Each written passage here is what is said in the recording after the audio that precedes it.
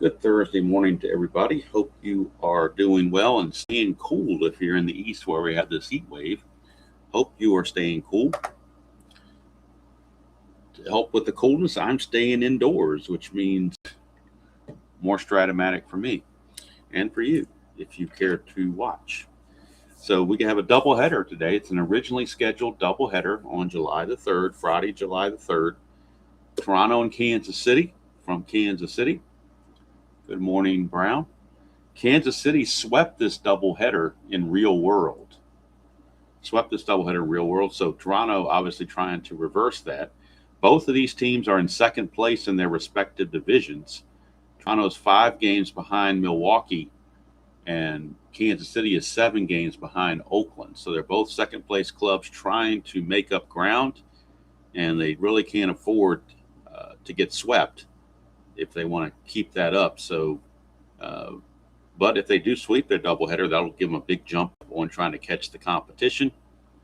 So we shall see what happens. In game 1, it'll be right-hander Jim Clancy against right-hander Mark Gubicza, or as ID Jester likes to call him, Gubaza. And we'll look at Clancy later. Right now, we'll focus more on, first of all, Royal Stadium, which is symmetrical, but it's favorable to singles, but not so much to home runs. 11 singles, 3 to home runs. Gubicza has got a wild pitch rating of 12, balk of 2, and he's got a +2 hold. He's a +1 hold, and Quirk is a +1 hold for a combined +2. Let's look at Gubicza's numbers. Real world, Mark Gubicza in 1987, 13-18 with a 3.98 ERA. And we'll look and see what he's done on the replay. Gubicza is 6-5 with an ERA of 4.56. So he has a winning record despite having an ERA that's 0.7 points higher. Obviously, a sign of decent run support. In the replay, 109 innings pitched, 107 hits, 46 walks, 70 strikeouts. And he'll be facing the Toronto Blue Jays. And the Blue Jays have a pretty standard lineup against right-handed pitching. Nothing there that's out of the ordinary. So, pretty standard lineup actually for both. I think both teams have a pretty standard lineup in game 1. Nothing really earth-shattering there on either side.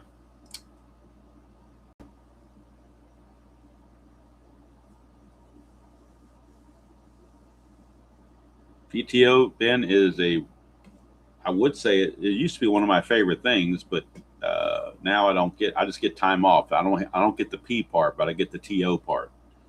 I have all the time off I want, but I don't get paid for it. So, but that's a good trade for me. For the last 40 years of my life, I've been trading away my time for money. Now I get to recoup some of that time and try to enjoy things. So before we have the first pitch, of course, we have the ceremonial first sip, and there will be 2 ceremonial first sips as there are 2 games. 1 ceremonial first sip before every game. So we'll have about a 2 or 3 minute break between games to refresh coffee and do the needful and get everything reset for game 2. If you follow the Colorado Rockies replay at all that I do, 2025 Colorado Rockies Rocky Horror Baseball Show, there is no game tonight or tomorrow night in the Rocky schedule. They are off or rained out or whatever. So there are no games tonight and tomorrow night. So that'll give me a little chance to rest up during the evening. Although I might throw something out there tonight. I haven't decided yet. Of course, Friday night we'll have the first 3 rounds of the Masters in History Maker Golf. I usually record that, but I think since I'm not doing the Rockies games at night, tonight and tomorrow night, I think I'll go ahead and do that section live on Friday night. And then that way it'll give me a chance on Saturday to play the front 9 offline and then pick it up on Sunday for the final round, which will be recorded because I won't be home on Sunday to do it live. All right, enough of that. Let's get going with the actual baseball. And I agree, it does deserve live, although Sunday, I'm not here Sunday, so I could do it I could do the Masters live tonight and play the final round Saturday. That's a possibility. I don't know. I'll have to figure it out. All right, here is Tony Fernandez, shortstop for Toronto. He's hitting 338 on the replay, 3 homers, 29 driven in. He hit 322 real world. Hello, Mr. Dick Clark fan. That is a 6-10. Gubaza against the switch hitter batting left is a ground ball third base X. That is Kevin Seitzer. He is a 4E26. So the game begins with the next check or fielding check. 4-18 is going to be good, though. No problems. E26 at third base. 10, 11, 15, and 17. Those are the 4 numbers to avoid. And he barely does it with a 9, but that's good enough. Close enough for government work. And Seitzer will make the play, 1 out. Here's Lloyd Mosby. Mosby hitting 333 on the replay. He's had 300 at-bats in this replay exactly. Exactly 300 at-bats, and he's hitting 333. 20 homers, 65 driven in. He hit 282 or 292? 282 real world. 282 he hit real season. 311, and that is a ground ball to third, and Seitzer another play. This one a little bit easier. True or hot on the AstroTurf, and it's 2 down. In fact, rare game where in 1987 these 2 teams both have AstroTurf fields along with the Twins and the Mariners. And so AstroTurf was still hanging around the American League a little bit in 87. Of course, the National League was full of AstroTurf stadiums. Here's Jesse Barfield hitting 338 on the replay. Leads the league in home runs with 31. 77 runs batted in. He's had 299 at bats, so this will be at bat 300. And in real world, he hit 263. Brian B., you are correct. There's a lot of things on this channel you'll never see on the other channel. 2-5, another ground ball to third. So Kevin Seitzer takes care of all 3 plays. Easy inning for Gubaza. So it turns out the Royals didn't need all their players out in the field because the third baseman took care of everything. So we go to the bottom of the first. It is Toronto 0, Kansas City coming to bat. And we'll look at the starter, Jim Clancy, for the Blue Jays here in game 1. 15 and 11 with a 354 earned run average. And we'll see what he did real in the replay, rather. So real season, 15 and 11, 354 ERA. On the replay so far, he is 9 and 4 with a 369 ERA. So the ERA is very, very close.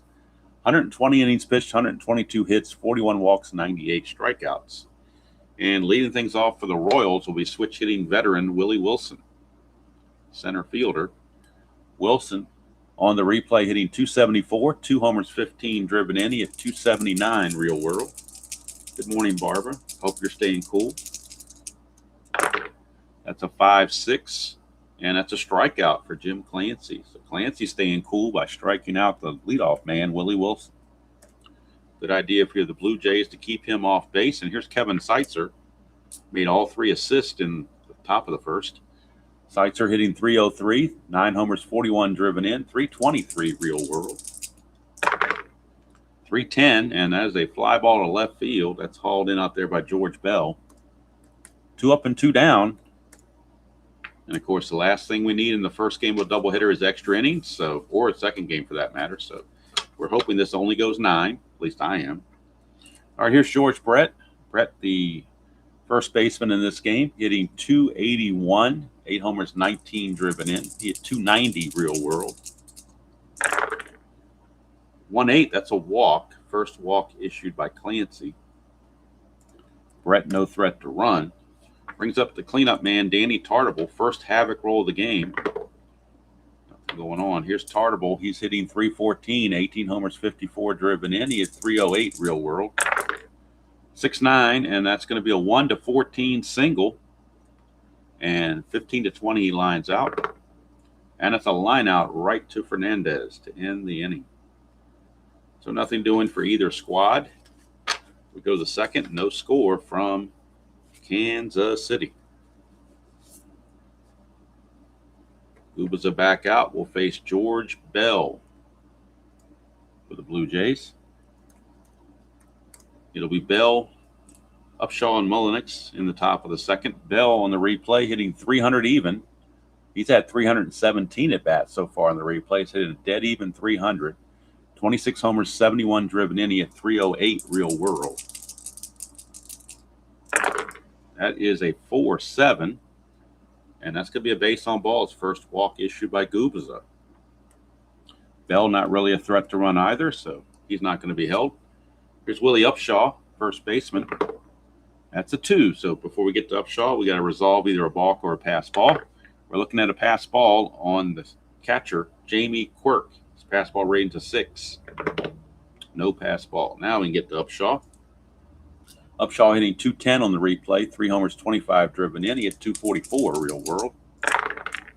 That's a 5-7, and that's going to be a ground ball second base X. This has a potential for a double play. The venerable Frank White at second base. He's a 2E11. But a 2 and a 2, that's going to be trouble. 2 and a 2 will get through for a base hit, one base advancement. Which runners at first and second. We're going to check for the error. He is an E11, so he has to avoid 15, 17, and 18, which he does. But it is going to get through for a base hit for Mr. Upshaw. And there goes the no-hitter. So here is Rance Mullenix, third baseman. Mullenix hitting 359 on the replay, really killing it. 8 homers, 26 driven in. He had 310 real world. 5-5, and it's ground ball second base C, so that's going to act like a sacrifice as both runners will advance into scoring position, and that's going to give the Royals an interesting decision to make. Do you bring the infield in early with 1 out to avoid giving up a cheap ground out RBI, or do you play back and prevent a bigger inning? Let's see what the Royals decide to do.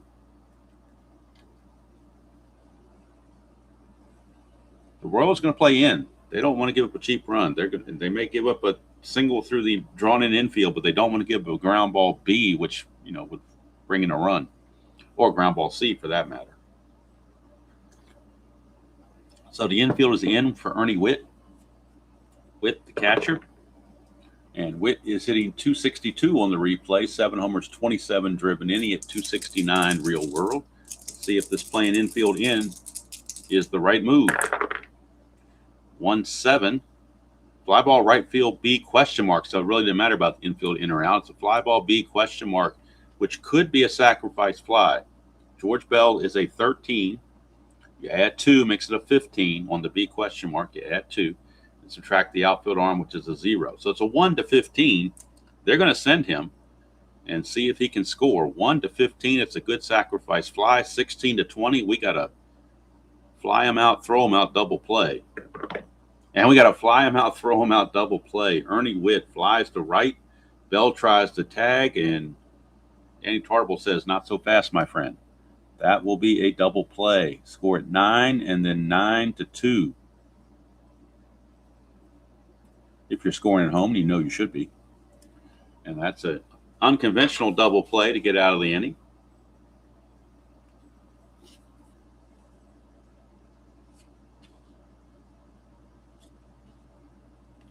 And that'll take us to the bottom of the second.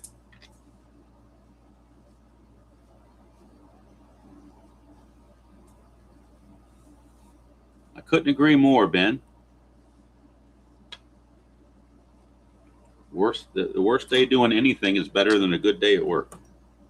I fully agree. All right. Frank White, second baseman. White hitting 235 on the replay, 10 homers, 27 driven in. He at 245 real world. 2-5, and that is a pop up to first. Easy play for Upshaw, 1 away.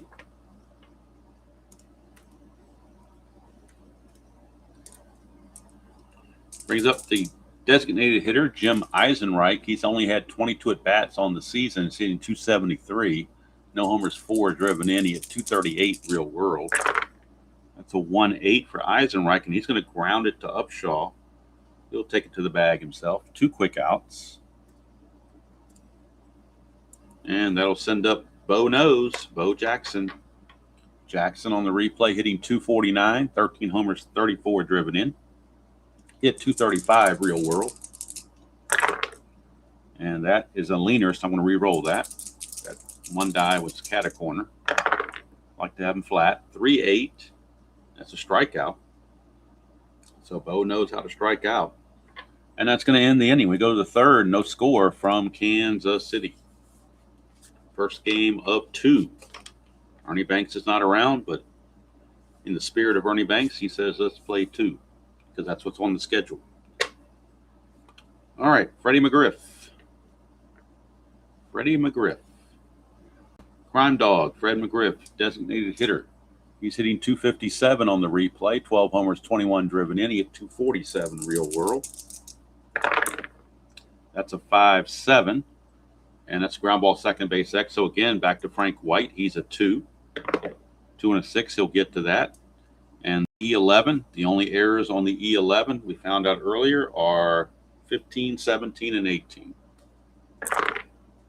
And he avoids those. So a good play for Frank White. 1 away. Next up, number 9 man, Garth Orge, second baseman. Orge hitting 152 on the replay. No homers, 14 driven in. He hit 210 real world. 2-5, and that is a strikeout. First strikeout for Gubaza.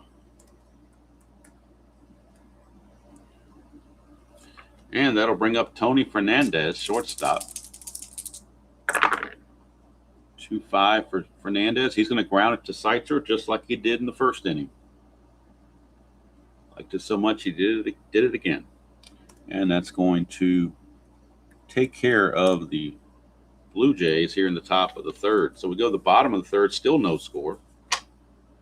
The A's and the Brewers looking on with a watchful eye to see what their competition is doing. Here's Jim Clancy. He'll be facing Angel Salazar. Also had been known to be called Argenis Salazar. I think that's his formal name, is Argenis Salazar. I think I saw that on a baseball card or something.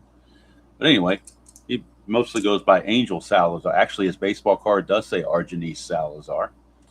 But he goes by Angel more frequently. 220 is his replay average. 2 homers, 14 driven in. He at 205 real world. That's a 3-12, and that's a foul out to Ernie Witt. 1 away. Number 9 hitter coming up. It's the catcher, Jamie Quirk. Quirk hitting 280. 2 homers, 20 driven in on the replay. Hit 236 real world.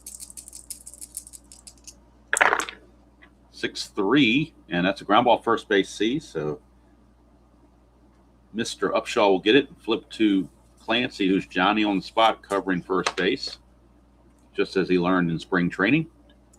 And he makes the play 3-1. Getting the fundamentals down pat. Of course, by July 3rd, they should have the fundamentals definitely down pat. Here's Willie Wilson. 3-12 for Wilson. He's going to pop it up to Orge. And 3 innings in the books, no score from Kansas City. Royals won this game real world 6-4. See what happens going forward. 6 more innings to go. Hopefully no more than 6 innings to go. Gubaza, or Gubaza, as someone once famously referred to him, is going to start out facing Mosby, Barfield, and Bell. Part of the order for the Blue Jays. 1-9, and that's a ballpark blast, but it's only a 1-3. Kansas City Royal Stadium is a pitcher's park. 1-3 for a home run. And that will just be a long fly to right field that Tartable hauls in on the warning track. 1 away, and that's going to take us to the big boys, Jesse Barfield.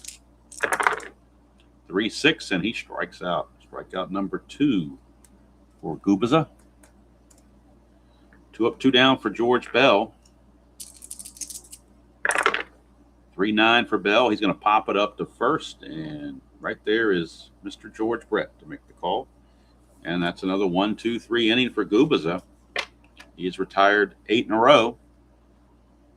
We go to the bottom of the fourth. Still goose eggs on the board. Clancy facing Seitzer, Brett, and Tartable with the Royals. 2-8 for Seitzer. He's going to ground it to Fernandez at short, 1 away.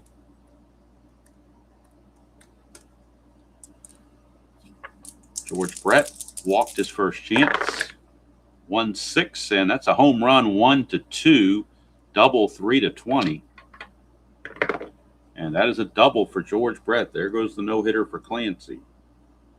First hit of the game. He's gotten everybody out but George Brett. George Brett's reached twice, a walk and now a double. So where's Tartable? 6-8, and that's a walk. So that'll put runners at first and second. First real threat by either team. Well, really, Bell did threaten in the, or Toronto did threaten in the second, short of that double play fly out. But first threat for the Royals for sure. As Frank White will come up with first and second, 1 out. Blue Jays looking for that Giovanni double play ball. 2-7. They get a strikeout, which is almost as good. Strikeout number 3. And that's going to bring up Eisenreich in a clutch situation. Eisenreich, because of, well, he only had 105 at bats, so he's not really rated for clutch. He doesn't have enough at bats to get a clutch rating on either side of the equation. So no clutch ratings for him. 1-3 is a ballpark single check, though. That's a good possibility. On a 1 to an 11, it would load the bases. But it's a 20 instead, so he's going to line it to second, and that'll take care of things in the fourth. So we go to the top of the fifth. We still got no score from Kansas City. Gubaza and Clancy in a little showdown here. See who flinches first.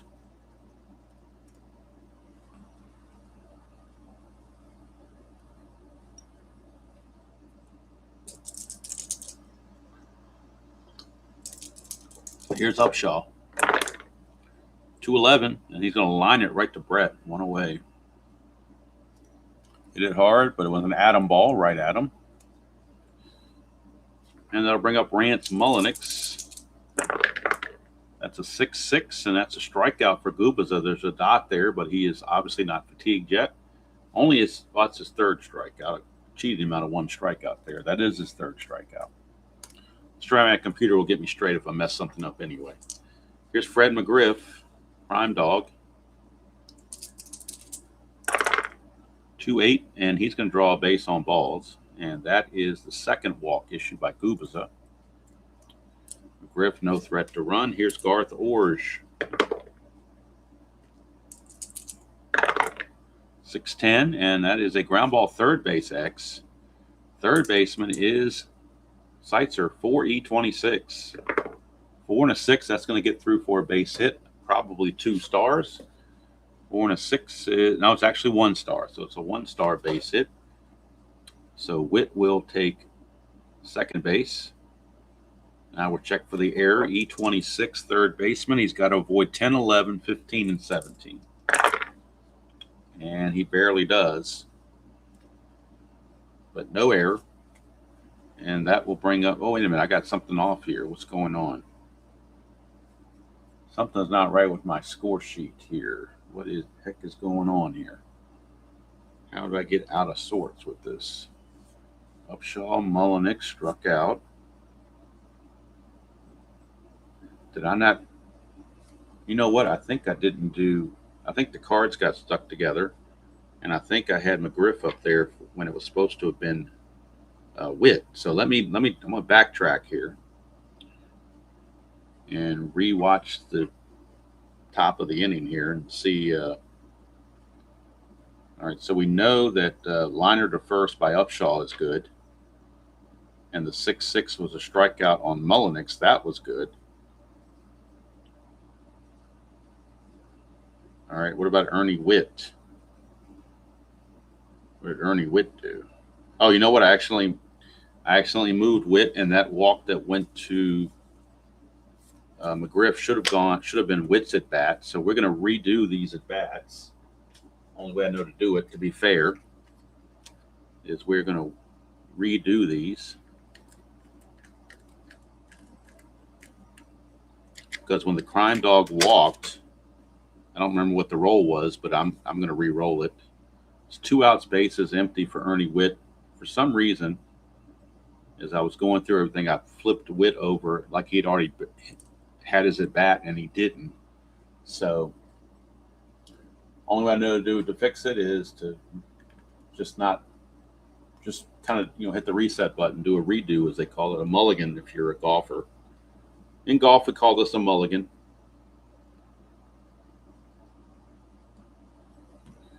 So Ernie Witt, 2 outs, bases empty. Ernie Witt will bat.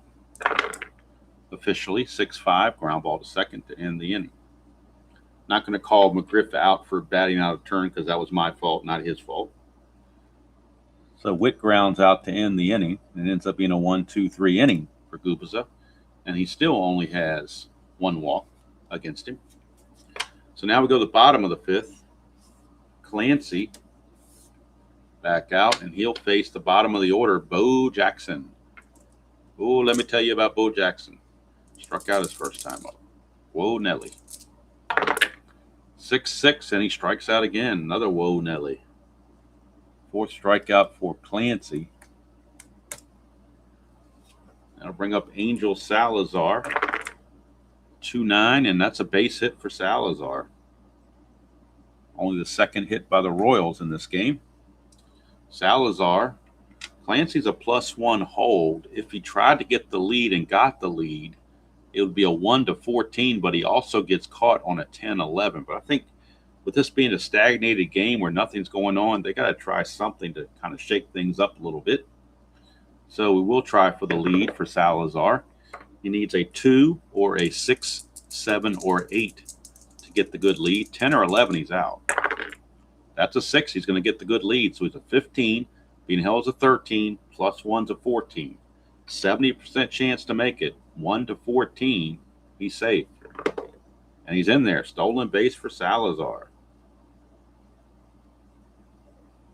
Stolen base for Salazar. Gets him in scoring position with 1 out for Jamie Quirk. Sometimes you got to take chances if you want to spark the offense. 3-7, and that is a 1-14 single. 15-20 lines to second. That's a single, 1 star. That's going to put runners on the corners with 1 out. Serious threat now by the Royals. And here comes Willie Wilson. He's going to be hard to double up. So the Royals, they're actually going to play the infield in here. They don't trust that they can double up Willie Wilson, so they're going to play the infield in. I'm sorry, the Blue Jays. They're going to play the infield in. That's a 5-8, and that's a strikeout, so it didn't matter where they were playing. As Clancy gets the big strikeout there, huge strikeout. 2 outs now. The infield can return to normal for Kevin Seitzer. Clutch situation for Seitzer. In the clutch, he loses a hit 1-3, and that appears to be it, just the 1-3. So Seitzer, 0 for 2. 6-11, and that is a ballpark blast for Seitzer, but again, it's only a 1-3 here at Royal Stadium. And that's going to be just a deep fly to left, and that's going to do it. So Kansas City got something going, but the strikeout and the deep fly to left ends that threat. We go to the 6th inning. We're scoreless here at Royal Stadium. Gubicza and Clancy both have 7 for fatigue, so they're still in good shape as far as fatigue goes. And here's Fred McGriff. 3-7 for McGriff. That's a 1-17 double. Anything else, 18-20 is a fly to right. And that'll be a leadoff double for the Crime Dog as Toronto tries to get something going. Garth Orge. 5-3. Ground ball first base C. That'll get the runner to third base with 1 out. And now it's the Royals' turn to bring the infield in, which they pretty much have to do here against, I don't know why Willie Upshaw is showing there. It should be Tony Fernandez. Tony Fernandez is your batter. Fernandez is grounded to Seitzer twice, but now the infield is in. So we'll see what happens with the infield in. Hello, Dr. D. That is a 6-12 switch hitter batting left. That's a walk. For Gubiza, that is his second walk. And now Fernandez is going to see about stealing second base. Fernandez needs a 6 or a 7 to get the good lead. He does not get it, so he will hold. So here's Lloyd Mosby. Runners at the corners. Do they play in or do they play back? I think they're going to play for the double play. I think they can possibly turn a double play here on Mosby. So double play position for the infield. 3-9, and that is a single. There's an anti-clutch, but there are not two outs. There's only one out, so the single is good, and that will get the Blue Jays on the board finally. 1-0. Let's see about Fernandez. He's a 15, being held as a 14, but the +2 arm from Wilson will make that a 16. 1-16, he can go to third and be safe. And if they throw through to third base, Mosby's going to take second base. So I think Wilson's just going to hit the cutoff man and keep that double play in order. But it is an RBI single for Lloyd Mosby, his 66th run batted in of the season. Runners at the corners now. It's 1-0 Toronto. Mosby has a chance to get a lead and go for a steal. Needs a 2 through 5 to get the jump. Doesn't get it. He'll hold. And here's Jesse Barfield. Infield looking for that double play on Barfield. If they can get it, but they got to be careful. Barfield leads the league in home runs with 31. That's a 2-9, and that's a ground ball shortstop A. That's a Giovanni's Taylor shot. Taylor made double play, 6-4-3. Just what the doctor ordered for Gubiza to limit the damage. Giovanni's Taylor shop, Lemoyne, Pennsylvania. If you're in the area and you have tailoring needs, be sure to stop by and see them. Tell them Demo sent you. They'll give you a discount. Again, look at the chart. 2-9 against right-handers. Ground ball shortstop A. The plus sign's irrelevant. We were playing back. Nobody was playing in. Nobody's holding any runners. That's responsible for holding any runners, I should say. So there you go. Double play. Giovanni's Tailor Shop, the unofficial sponsor of the channel, but the official sponsor of the Giovanni's Tailor Shop. Tailor-made double play of the game. And it couldn't have come at a better time for Gubiza. Limits the damage to 1 run. It is now 1-0. And that'll bring up George Brett. So we got Brett, Tartable, and White, heart of the order for the Royals, as they find themselves behind for the first time today.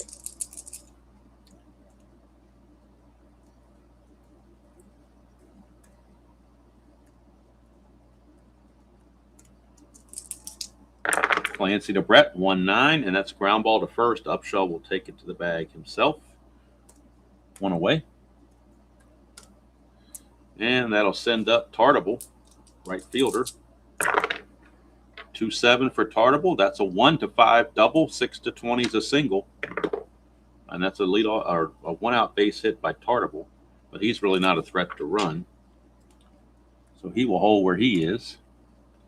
And now here is Frank White. Frank White, second baseman.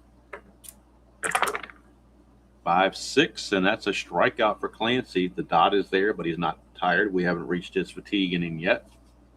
So the strikeout is a good one. Number 6 on the strikeout list for Clancy. Now it's up to Jim Eisenreich. That is a 4-10. And that's an in-home run chance. He does have normal power. So 1-7, and we've got a lead for Kansas City with a 2-run home run from Eisenreich, which would be his first of the replay. 8-20 will be a double, which probably will score the run. So we'll see. one way or the other. That's a 6, and that's gone. So don't have to worry about whether the runner can score from second or from first on a double, because Eisenreich just went deep with his first home run of the season. He had 4 real world, gets his first home run of the season, and puts the Royals in the lead 2-1. Jim Eisenreich on the 410 roll was an in home run 1-7. He's got normal power, and the double die was a 6. Eisenreich, his first home run, RBIs 5 and 6 on the replay for him. And all of a sudden, the Royals take the lead 2-1. And Bo Jackson, the batter. Jackson is 0 for 2 with 2 strikeouts. 6-7, he's going to ground it to second, and that's Orge. He's a 4. 4 and 18, he'll get to that. E13 at second base. Has to avoid 14 and 18. And he does just that, so that's going to end the inning. But the 2-run home run from Eisenreich, and the Royals lead it 2-1. As we head to the 7th, and the 7th inning is the fatigue inning for both pitchers. So we'll keep an eye on that. Of course, with the doubleheader, you want to kind of, as best you can, try to conserve your bullpen to make sure you have some guys left for game 2. But in a close game like this, you do what you got to do and worry about game 2 later. So anyway, here is Gubaza. That is a 1-10 for George Bell, and that's a ballpark blast. But again, in Kansas City, only a 1-3 will allow it, and that's going to just be a deep fly to left. Bo Jackson puts it away. 1 away, and here's Ernie Witt. I'm sorry, not Ernie Witt. What's he doing up there? It should be Upshaw. How do these guys get out of order like this? This is a big mess here with all this out of order stuff here. Make sure we don't have anybody batting out of turn. So it is Upshaw.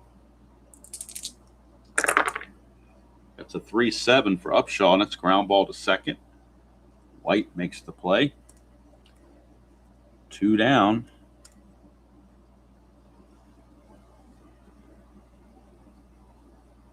And that will send up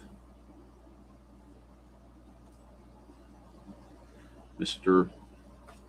Rance Mulliniks. He's 0 for 2. 3-6 for Mulliniks. That's a home run chance. 1-8 will go deep on the 1-8. Make sure we're not losing peripherals here. We're still on the screen, so that's good. So 1-8 on this 3-6 roll. 1-8 is going to be a home run. 9-20 is going to be a double. And that's a double for Rance Mulliniks, a 2-out double. So Gubaza kept him in the park, which certainly helps. And now here's Ernie Witt in the clutch situation for Witt. And in the clutch, he will gain a hit on gains hits on 2-2 and 2-11. Hello, Jeremy. 4-5, and that's a fly to center, and that's going to end the inning. So Gubaza will carry Endurance into the 8th inning, and he also carries a 2-1 lead with him. It's hot and humid all over the East Coast, I got a feeling. I know today's high temperature is supposed to be exactly 100 with the heat indice of about 110. But inside, we got air conditioning and we got Strat-O-Matic. So, and we got, well, for now, it's still the morning, so I still have my coffee, but certainly by the afternoon, I'll have a cold drink instead. All right, so bottom of the 7th we go. Jim Clancy, his fatigue inning is starting with Angel Salazar. It's a 1-7, and he grounds it to Fernandez. 1 away. That sends up Quirk. 4-9, and that is a 1-3 triple. 4-20 is a double. That is a 3. I don't know. I think we're gonna change this to a double because Quirk had no triples real world. That's what the computer will do in the max rules, and that's what I follow. Jamie Quirk only runs at an 11, and he had no triples real world, so the chance of him getting a triple is not. We're not going to give him one based on what the pitcher gave up. We're going to do it based on his results. So here is Willie Wilson now. Runner at second, one out. It's a 1-9, and that doesn't matter about the triple or double because he's going to score anyway. Wilson will get a triple on a 1-9 or a single on a 10 through 20. That is an 8, so that's going to be a real triple for Willie Wilson. Scoring is Quirk, makes it 3-1, and now the bullpen for the Blue Jays starting to stir. Willie Wilson had 15 triples real world. This is only his 4th triple in the replay, so he's actually behind on his triples. Here's Seitzer. Infield is in for the Jays, and they also have action in their bullpen, does Toronto. They have right-hander Mark Eichhorn loosening in the bullpen. And they also have left-hander Gary Lavelle. So it looks like actually Lavelle would come in to face George Brett. That looks like what they're going to do. You're going to have Clancy face Seitzer and then bring in Lavelle to face George Brett on a lefty-lefty matchup. So Kevin Seitzer, the batter. Infield is in for the Jays. Trying to choke the run off. That is a 5-11, and that's a fly ball left field X. George Bell is a 2. 2 and a 5, that's going to be dangerous. That's at a bare minimum going to be a sacrifice fly. It might even be a single. 2 and a 5 is an F2. That will be a sacrifice fly. So worst case scenario, you have a sacrifice fly. And we'll make sure there's no error on Bell. He's an E13, and that's an 11. E13, there's a 12 there, but no 11. So he makes the play, but it will be a successful sacrifice fly. And now with 2 outs and the bases empty, they're going to go ahead and let Clancy try to get out of the inning. Now there's pretty much the threat is gone. 4-1 Royals. 6-11 is a 6-11 is a ballpark single check. 1 to an 11. And that's a base hit for Brett. So now Clancy has reached his fatigue. The question is, do you dare allow him to face Tartable? Or do you bring in Eichhorn? Lavelle has sat down. Man, I think they're going to bring in Eichhorn. I don't think they can afford to allow a tired pitcher out there to give up more hits. So Mark Foghorn Eichhorn will be coming in to pitch. Clancy's going to go 6 2/3. 6 2/3 for Clancy. And he's going to give up 8 hits. 4 runs, all earned so far, but he is responsible for Brett as well. He walks 2, and he struck out 6. And now Mark Eichhorn, the side-winding right-hander, will be coming on. Try to get the final out of the 7th inning. And then one would assume he would pitch the 8th as well. Let's bring in Eichhorn on the computer and get his numbers. See how he's done on the replay compared to real world. Eichhorn, kind of a rubber arm guy, can be used a lot, but really Toronto hasn't used him that much. He's actually less than 100% usage so far as his what he's done so far paced against real world. So in the real world season, oops, if I can get my hand straight, the real world season, 10-6 with a 3.17 earned run average. And he did accumulate 4 saves in the real season. On the replay, he's 1-1 with 1 save and a 3.54 ERA, 53 innings pitched, 47 hits, 22 walks, and 42 strikeouts. So Eichhorn facing Tartable. And that is a 6-6, and that's a 1-10 single. Anything else, he lines it to short. And that is a liner right to Fernandez to end the inning. But 2 more runs come across. We can close the book on Clancy now. And we go to the 8th inning. It's 4-1 Kansas City. Gubaza will be facing McGriff, Orge, and Fernandez, but we will have a pinch hitter for Orge. So the Blue Jays will look to their bench for some assistance in the hitting department. They have one lefty on the bench, and that's Rick Leach. He's going to pinch hit for Orge. And then Manny Lee will come in and play second base in his stead. So Lee will be the new second baseman, but right here it's going to be Rick Leach pinch hitting here in the 8th inning in place of Orge. So it's going to be McGriff, Leach, and Fernandez, your scheduled hitters. McGriff doubled his last time up. That's a 2-9 for McGriff, and he's going to draw a base on balls. That's what you got to have if you're Toronto. You got to have base runners. That's the third walk issued by Gubiza.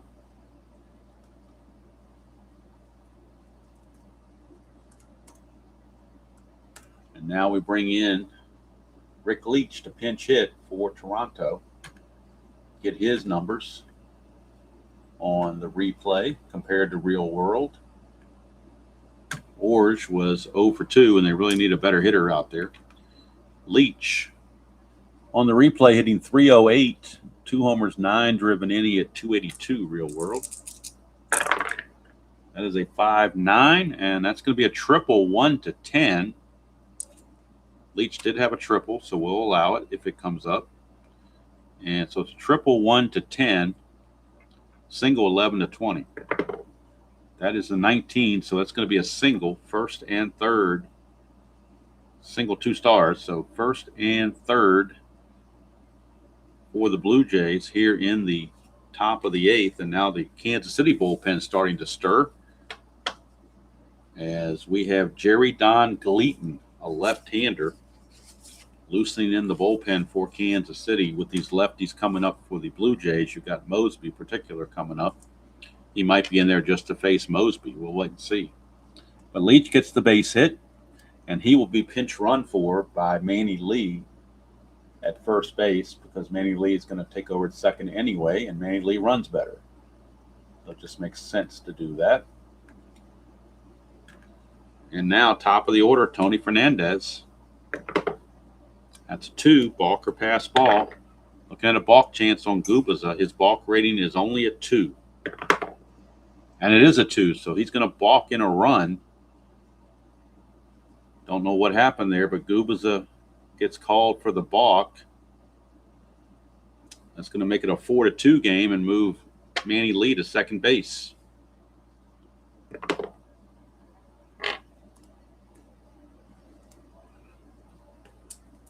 Here's Fernandez. 3-5 for Tony Fernandez. 1-16 is a single. 17-20 he lines out. And that's a base hit. It's going to put runners at the corners, and that's going to be it for Gubiza. Gubiza is done. He is definitely done. Kansas City going to their bullpen for Jerry Don Gleaton, a left-hander. Gleaton. And let's see, he's a -4, so that makes him a -3. So Gubiza is going to go 7+ innings. Didn't get anybody out here in the 8th. 7+ for his innings. Computer's telling me he's tired, but we were going to take him out anyway. Let's see, 6 hits, 2 runs so far, but he is responsible for the 2 guys on base. He can win it, but he can't lose it. And let's see his walks and strikeouts. He walks 3, and he strikes out. Looks like I got him for 3 strikeouts as well. So Jerry Don Gleaton, a left-hander, will be making his way on. And his one job is to get Lloyd Mosby. Because right behind Jerry Don Gleaton, we have Dan Quisenberry ready to go. So Jerry Don Gleaton will be facing the one batter that he's going to face. This is 87. You don't have to face 3 batters. You can play matchups and so forth. So that's what the Royals are doing. Let's get the numbers real quickly on Jerry Don Gleaton. He was 4-4 with a 4.26 ERA in the 1987 season. He also had 5 saves. In the replays, 3-1 with 2 saves and a 3.04 ERA, 27 innings pitched, 24 hits, 9 walks, 20 strikeouts. And with runners on the corners, Fernandez, also a big move by bringing him in as a -3 hold, which they hope will keep Tony Fernandez from trying to steal, although he may try to steal anyway to get in scoring position. So we'll see if he can get a lead. Needs a 6 or a 7. He does not get the lead, so he will hold. So here's Mosby. Royals playing for a double play. They desperately need outs. It's a 6-9, and it's a strikeout from Don Gleaton. That's about the best you can do other than a double play. He comes in and gets that strikeout. Now, do you trust him to go against the righties Barfield and Bell? I think you kind of have to go to your venerable closer, Dan Quisenberry, in this situation, which is what they're doing. So they say, Mr. Gleaton, thank you for the one batter you faced that you struck out. And now we're going to the quiz. Dan Quisenberry coming on. Try to get out of this inning and record a save. We'll get the numbers on Quisenberry as soon as I bring him in on the computer. Mr. Quiz.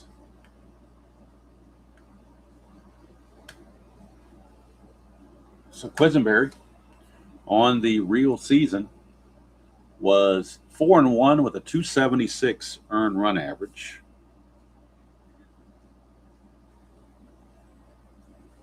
He is a 0 hold, which makes him a +1.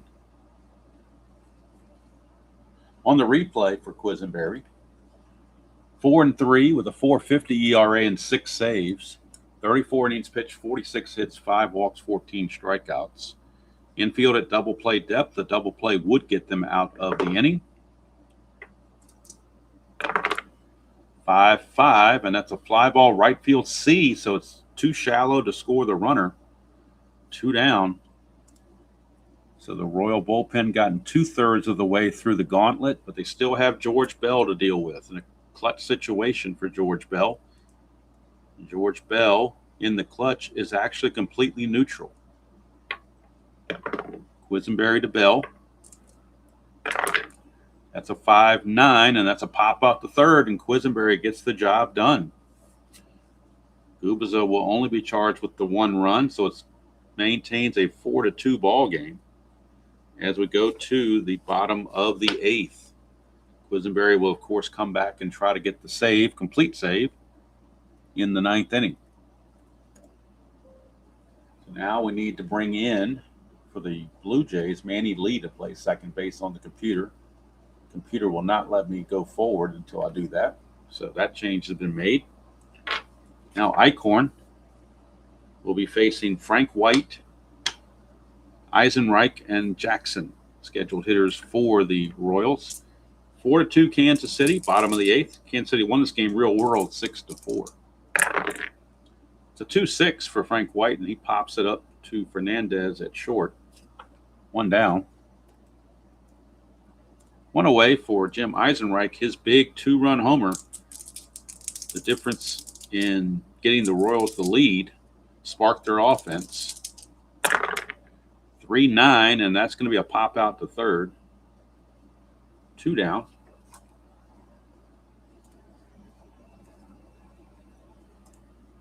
Let's make sure that, whoops. Yeah, we're not off the page yet, thank goodness. All right, so 2 up, 2 down for Bo Jackson. Jackson, back up just a hair. Bo Jackson. 2-5 for Bo, and that's a strikeout to end the inning. So we go to the top of the 9th. Last chance for the Kansas City Royals. I'm sorry, for the Blue Jays, rather. And they'll be sending up Upshaw, Mullenix, and Witt. Those are the scheduled hitters against Dan Quisenberry.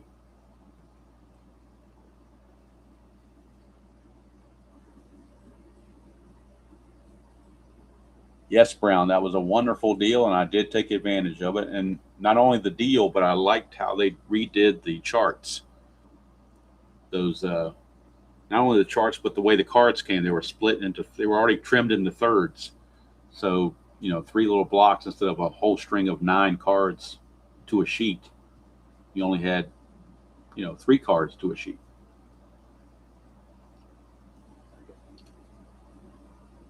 And then the charts look, we're a little refresh on the charts. And the game box itself being square is easier to deal with. So that long rectangular thing that they have for so many years.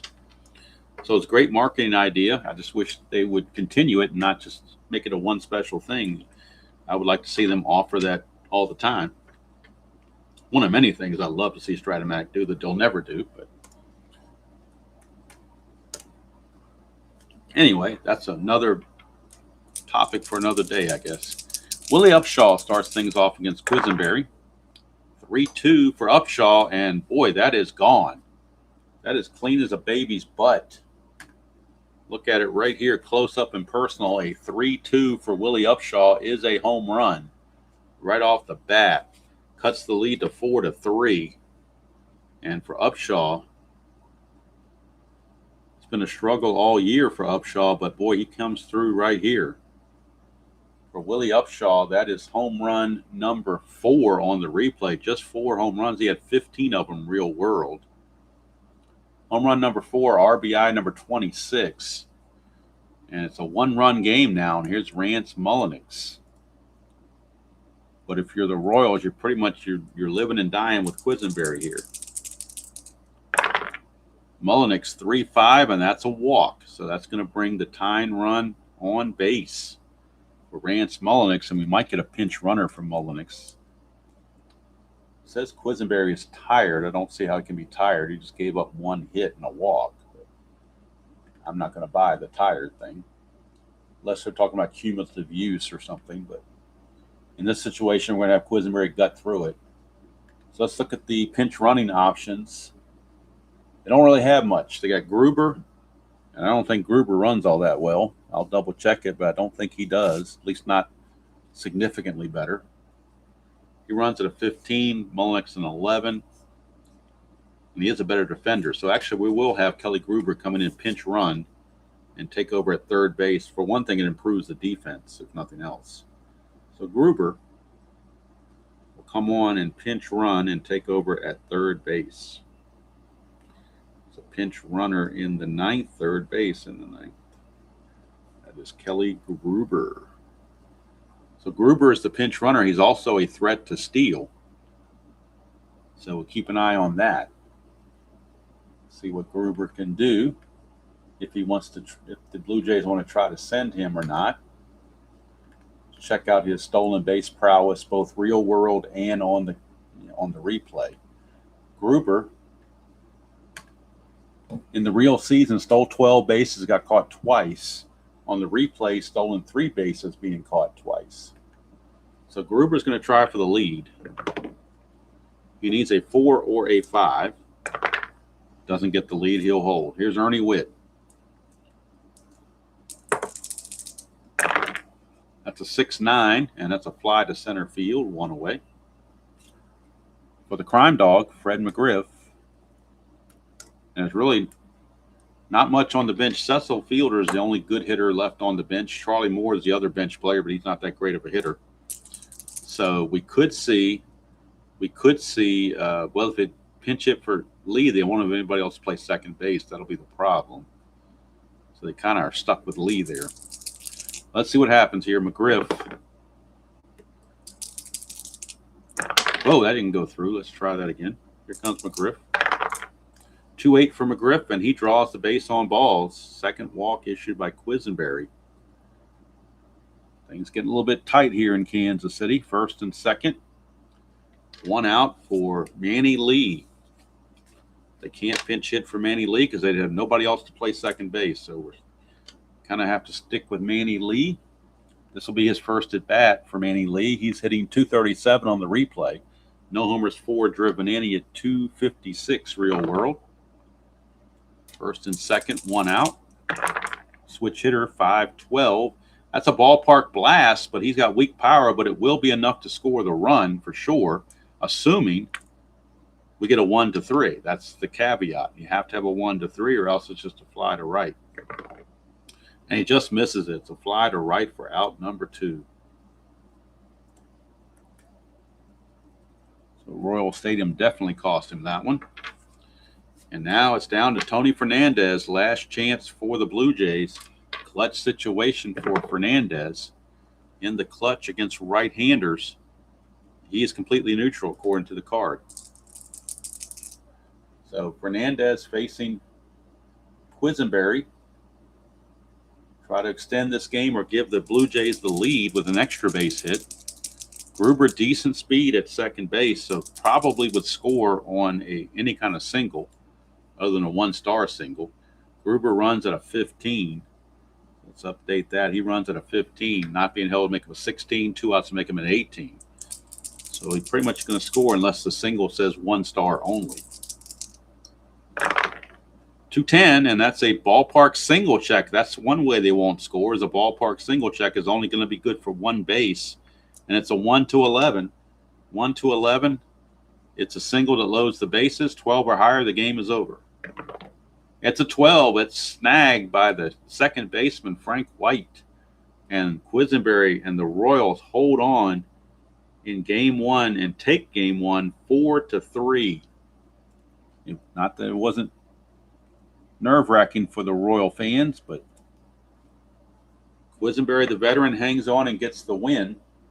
So go to the box score, get the totals. And then we'll take about a 2-minute break or so and come back with game 2. But I do want to clean up the details.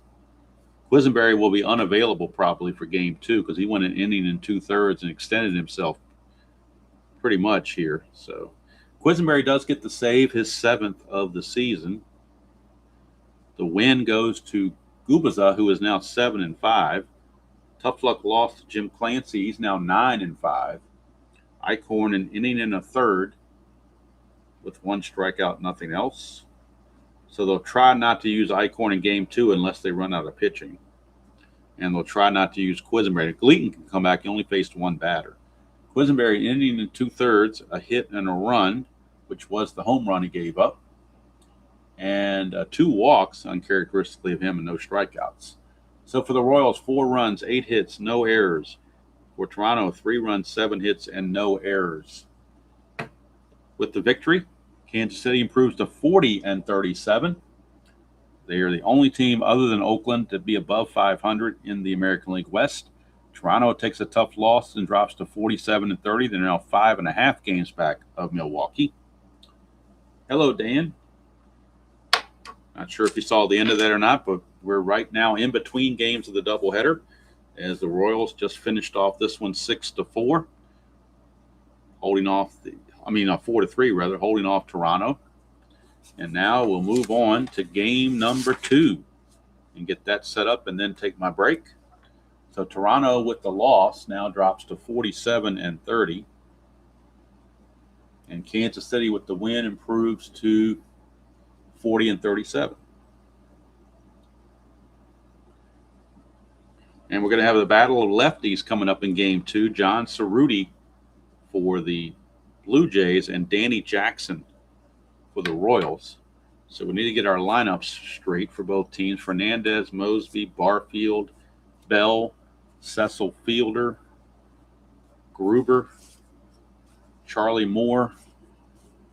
Where are you, Charlie Moore? There's Charlie Moore, Upshaw, and Manny Lee. And then we are pitching as well. I need John Cerruti. Cerruti is going to be your pitcher in game 2 for the Blue Jays.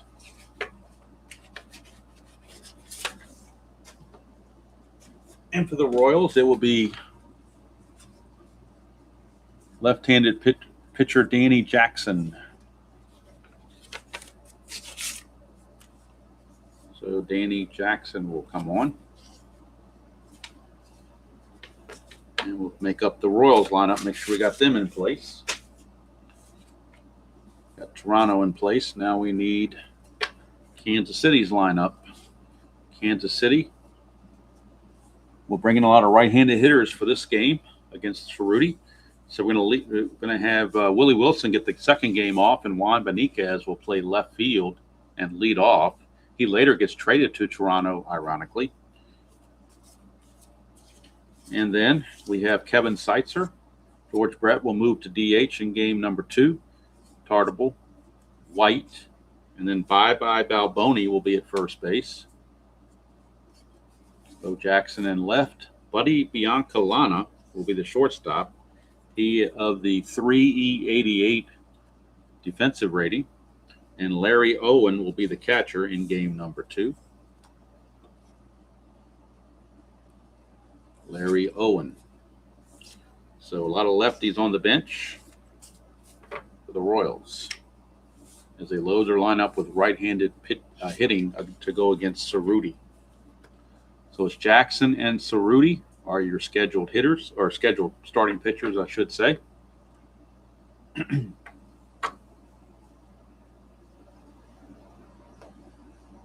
First year the World Series was played in an indoor stadium. First one I can think of was 1987 with the Twins, but I could be forgetting somebody, but that's the first one that comes to my mind is 87. The Twins and the Cardinals.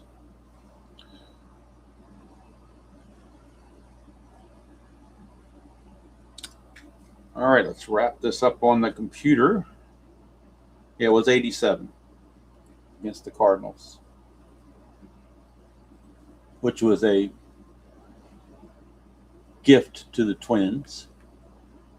Cardinals were the much better team, but they were playing with their B team, basically. Had no Jack Clark, no Vince Coleman, and they had 4 games in Minnesota. When the 3 games they played in St. Louis dominated them. And the fact that they played those 4 games at home is what really and the fact that they didn't have Jack Clark and they didn't have Vince Coleman, that really kind of, took away a lot of their potency on offense. So still a good series, but of course you had the infamous bat flip from Tom Lawless when he had a home run off Frank Viola in St. Louis. So let's look at the pitching matchup here. Cerruti comes into this game 5-3. And Danny Jackson comes into the game 8-3. Of course, Toronto 47-30. Kansas City 40-37.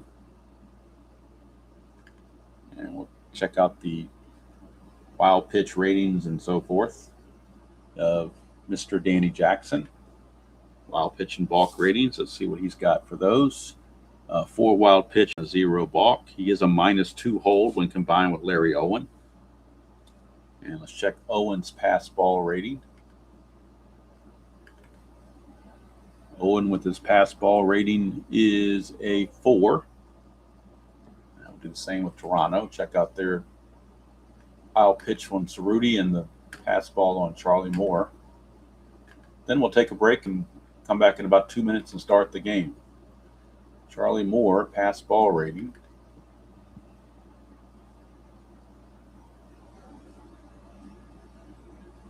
Let's see here. Pass ball rating for Charlie Moore is a 5.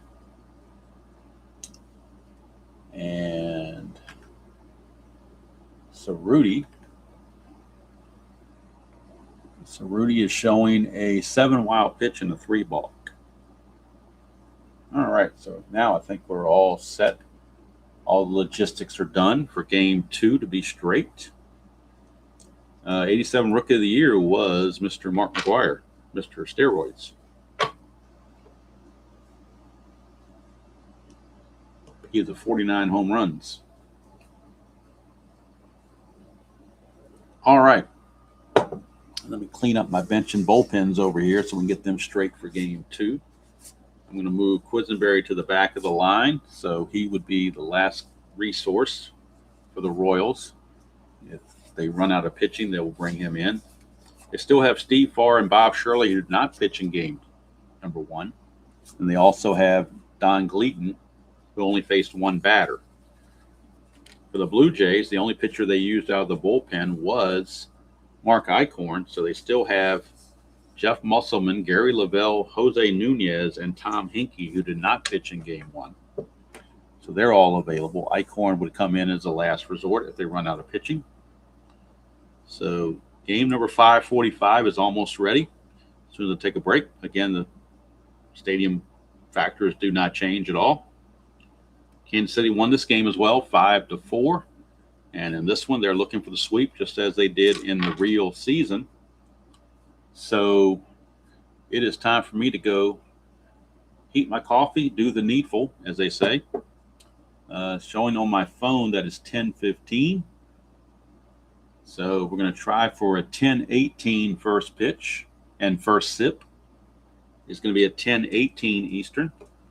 So I'm going to take a stretch break, refresh my coffee, do the needful, and we'll be back in about 2 to 3 minutes.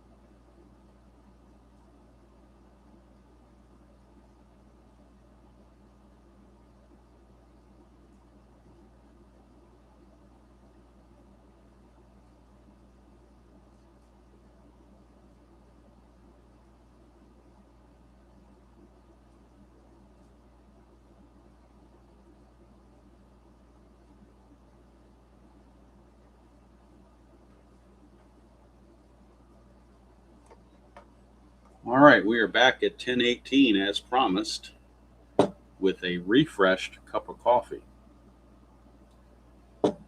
So we'll look at the numbers for Danny Jackson before we get the replay going. Let's get the real world numbers for Danny Jackson. In the replay, or in the real season, 9-18 with a 4.02 ERA. On the replay, Danny Jackson is 8-3. So he's definitely turned things around for sure. Lowered his ERA by 1. His ERA is down to 3.09 as opposed to 4.02. 116 innings pitched, 107 hits, 58 walks, 86 strikeouts. Danny Jackson will be facing Tony Fernandez for the Blue Jays. Switch hitting shortstop. Fernandez hitting .337 on the replay, 3 homers, 30 driven in. He hit .322 real world. And of course, before we have the first pitch. It is the second ceremonial first sip. I guess you can have 2 ceremonial first sips since you have 2 games. I guess that makes sense. Coffee is rewarmed and is now palatable. And I think we are in good shape to get going here. Let me make sure that I've got everything where I need it. Looks like we do.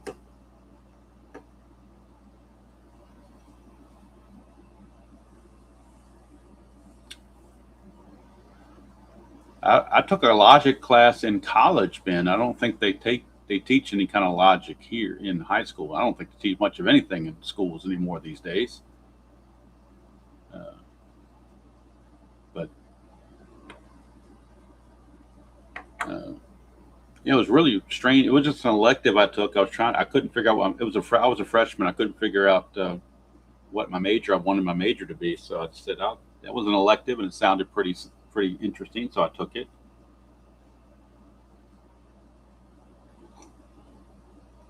Very interesting class. All right. So Tony Fernandez will step in to face Danny Jackson, who has definitely overperformed on the replay. We'll see if he can keep it going, see if the Royals can sweep the doubleheader the way they did in real world. We're underway, 1-8 against the lefty. That's a base hit. Tony Fernandez starts things off with a base hit, and he's looking to run, I'm sure, or at least attempt. Try to get that good lead. He needs a 6 or a 7 to get the good lead. Danny Jackson's whole rating is a -2. But even if he gets the good lead, it's still a 1-14. So worthwhile gamble, I would think, early on. 6 or a 7 to get that lead, and he cannot get it. So he'll hold. And here comes Lloyd Mosby, center fielder, lefty-lefty matchup. And Mosby hitting 332 on the replay, 20 homers, 66 runs batted in. Get 282 real world. That is a 5-6, and that's a strikeout. 1 down. Actually, when I was in college, my first 2 years, I thought I wanted to be a math teacher, so I went into the education area, and then I found out very shortly after that was not my gig. So I ended up being a mathematical science major and minoring in statistics. So that's what my degree was in. Of course, back then, just getting that piece of paper is all that mattered. The actual degree really didn't affect anything. I didn't really use that much in my job, but oh well, it gave me a piece of paper. That's all that counts. All right, Jesse Barfield. Back then, you had to have a piece of paper pretty much to get interviewed. Now they pretty much take, I think, most anybody that's willing to work. 333 average for Barfield, 31 homers, 77 driven in, hit 263 real world. It's 2-4 for Barfield. That's a ballpark single. Nothing's changed. It's still a 1 to an 11. That's a 19, though, so he will line it to short for out number 2.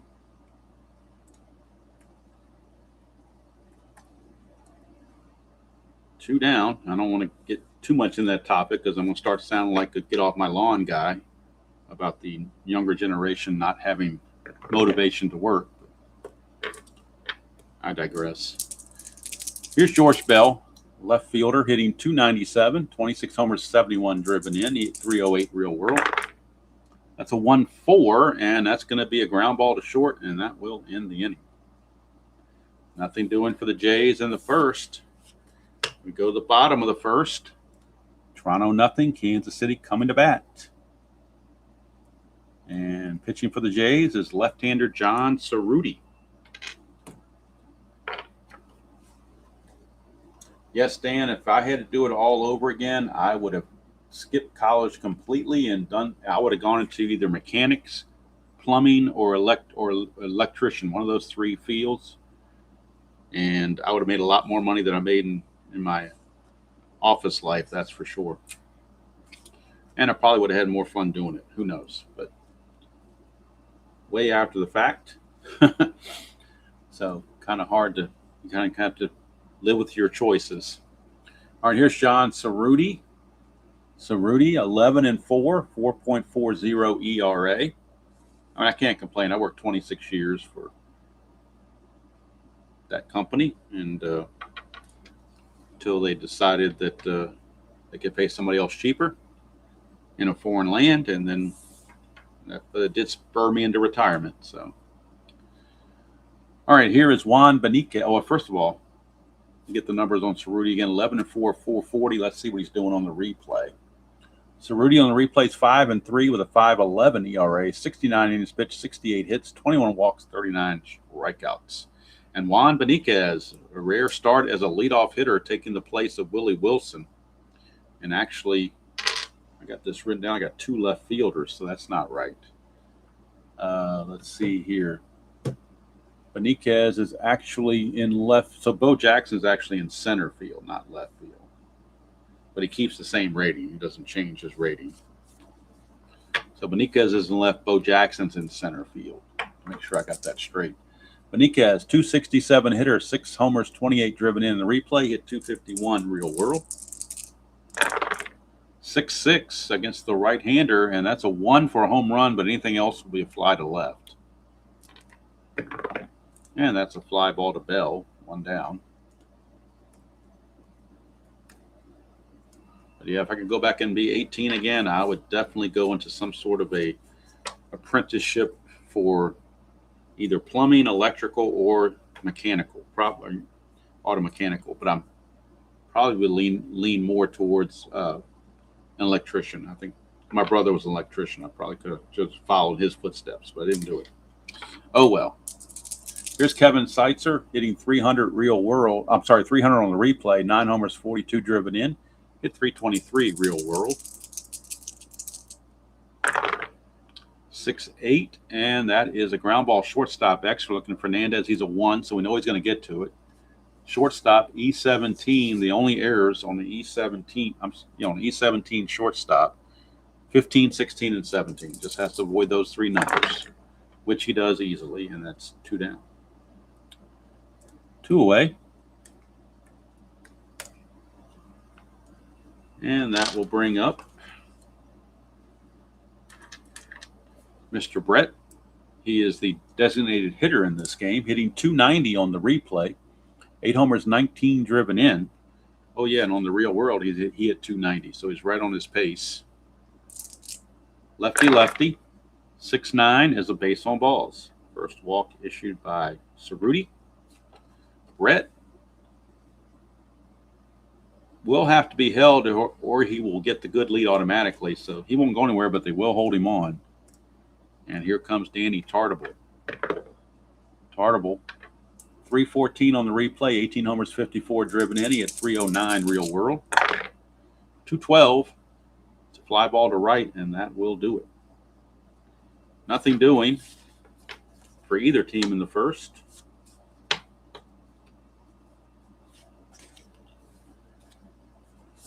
Jackson back out. He will face Cecil Fielder to lead things off.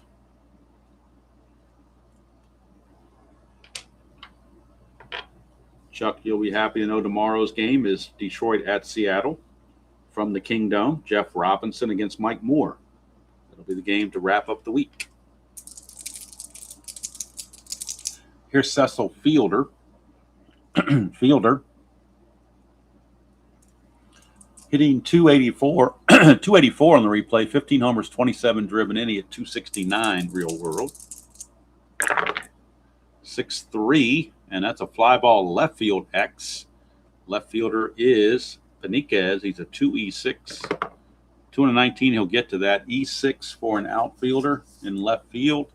The only errors E6 makes are 3, 4, 14, 17, and 18. And 9 is no problem at all. Good play there for Beniquez. 1 away.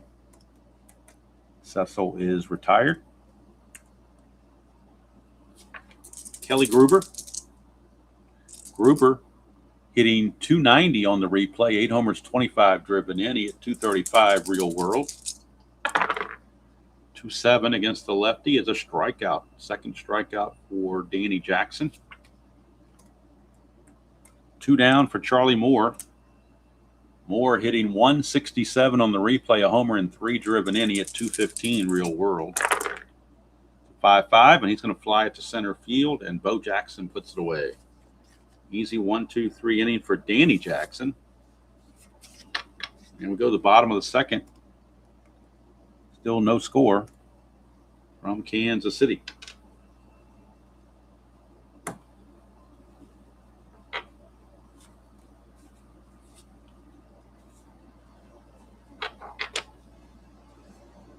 So Cerruti back out will face Frank White.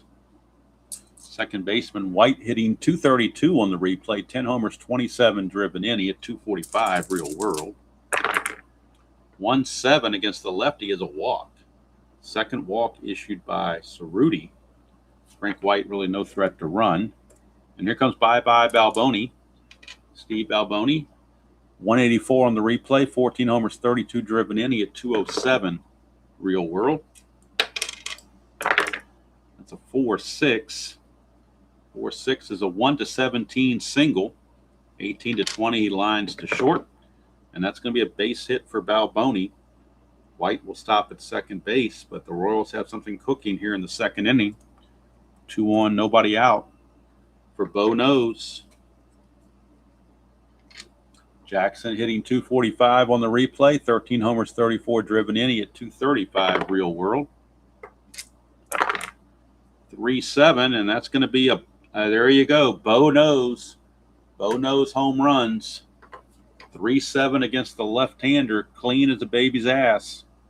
Right there, 3-7. Solid home run, no question about it. It's gone. Royals lead it 3-0 as Bo Nose home runs. Bo with home run number 14 on the replay. Real world, he hit 22. RBIs 35, 36, and 37 for Bo.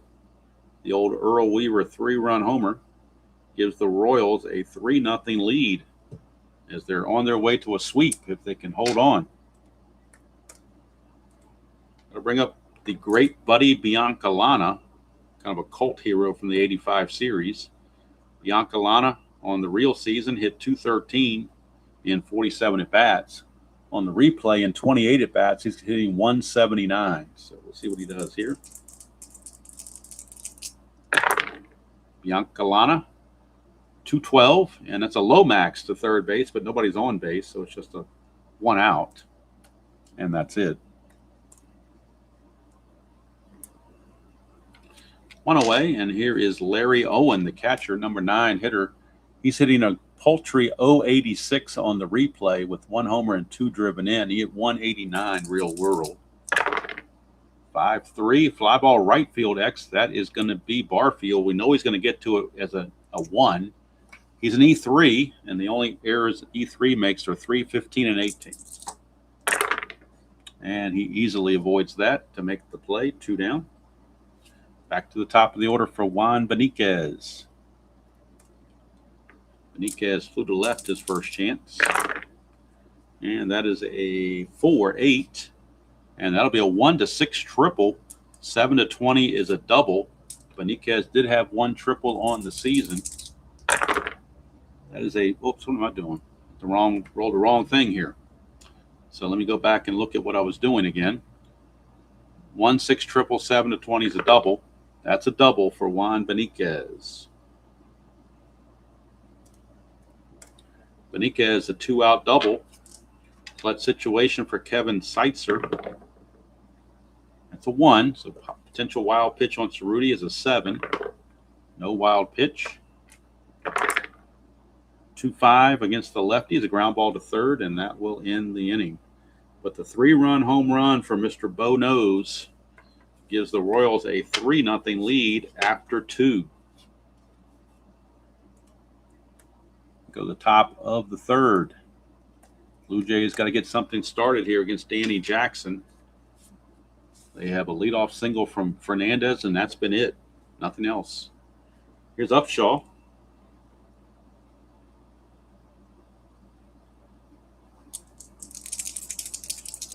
Upshaw hitting .215 on the replay. 4 homers, 26 driven in. He hit .244 real world. 3-7, and that is a strikeout. A third strikeout, rather, for Danny Jackson. 1 down for second baseman Manny Lee, number 9 hitter, switch hitter. Hitting .233 on the replay. No homers, 4 driven in. He hit .256 real world. 2-8, and that's a ground ball to third. 2 down. Back to the top of the order for Tony Fernandez. He has the only hit of the game for the Blue Jays. 6-7, and that's a ground ball second base X. Frank White, he's a 2 with an E11. 2 and a 16 is good. E11 at second base. Revisit those error chances. 15, 17, and 18. And that is a 16, so he just does get through it. E11, his error ratings chances are 15, 17, and 18. He found a 16. I guess the Royals are living right. And it's another 1-2-3 inning for Danny Jackson. So we go to the bottom of the third. Still 3-0 KC. And it'll be Brett, Tartable, and White against Cerruti. 3-7, and that is a strikeout. And that's out number 1.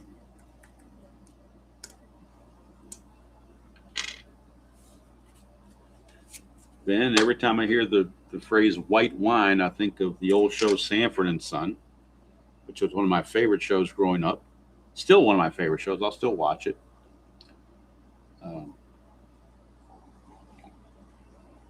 There was an episode in season 2 where Donna brings over her fiance, Osgood Wilcox, and he is supposedly a wine connoisseur,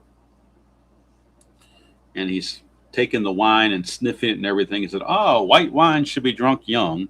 And of course, Fred Sanford chimed in, "Yeah, I was drunk when I was young." So anyway, you had to be there. So anybody familiar with the show probably, would do that. But anyway, here's Danny Tartable, and the actor that played Osgood Wilcox. I've seen him in other movies. I don't remember the actor's name off the top of my head. Now I'm running down a rabbit hole trying to figure out who the guy is. If I can Google it somehow real quick. Let's see here. Roscoe Lee Brown. You ever heard of Roscoe Lee Brown? There he is. Roscoe Lee Brown played Osgood Wilcox on Sanford and Son. He was in season 2 episode of Jealousy. I don't know anything about that. Anyway, Roscoe Lee Brown. He passed away in 2007. Roscoe Lee Brown had a distinctive voice. I do remember that part anyway, that a distinctive voice. I know about Roscoe P. Coltrane as well. Can't forget the P. Can't have Roscoe without the P.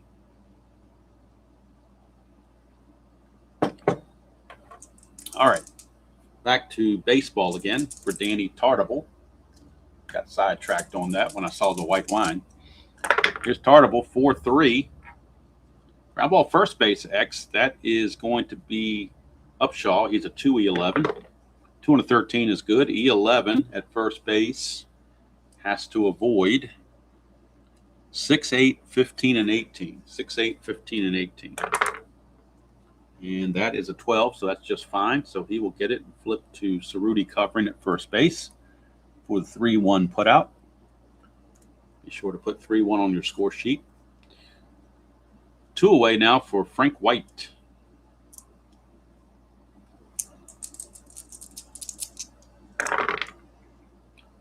.510, and that is a ballpark blast for Frank White. But again, it's only a 1-3.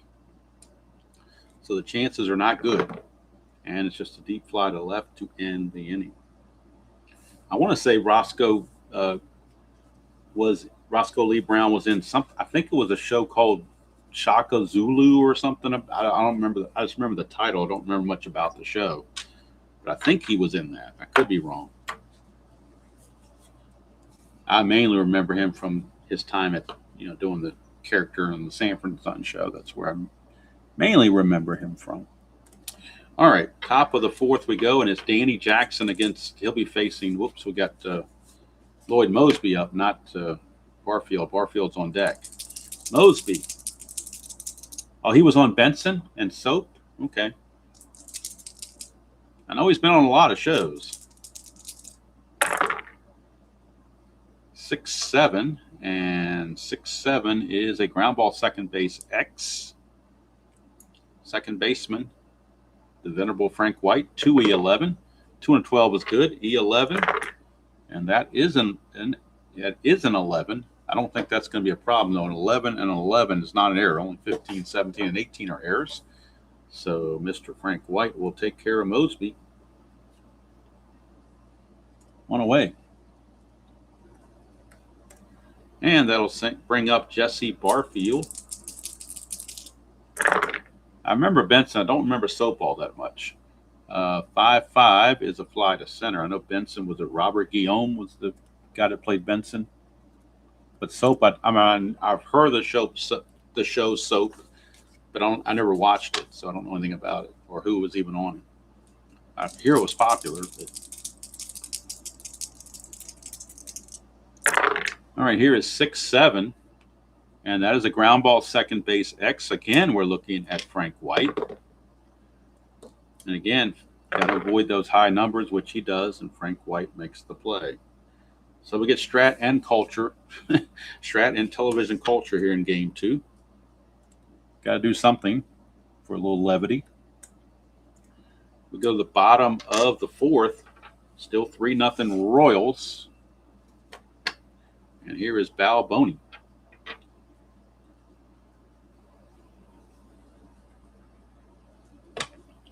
Balboni.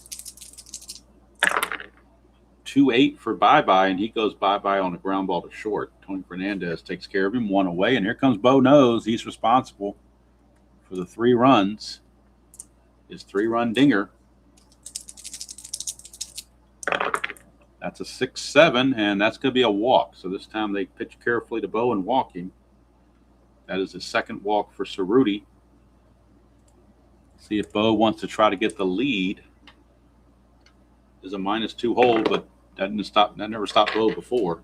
6 or 7. Does not get the lead, so he will hold. And here comes Mr. Biancalana. 4-6, and that's a 1-17 single. It's a 1-star single, but Biancalana gets the base hit. First and second, 1 out for Larry Owen. 5-7, and that's a ground ball second base X. Manny Lee, chance to turn 2 here. 3E32. 3-15 might be a G1. 3-15 is a G1. E32 at second base. 11, 15, 17, and 18. And that's a 13, so I think he's going to be okay. Let me double check it. E32, I don't think there's a 13. There is no 13 there. So it will be a Giovanni's Tailor Shop, tailor-made double play, 4-6-3 to end the inning. And keep Toronto within 3 runs of the Royals.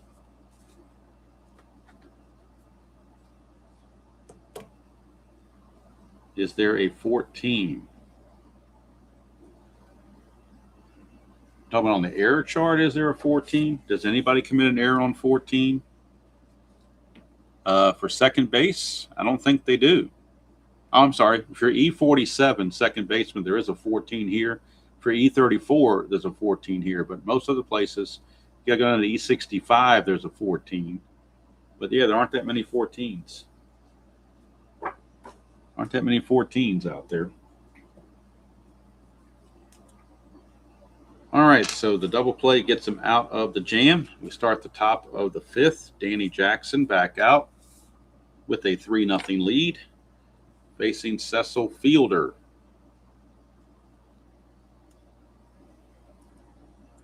Fielder 0 for 1 in his only at bat.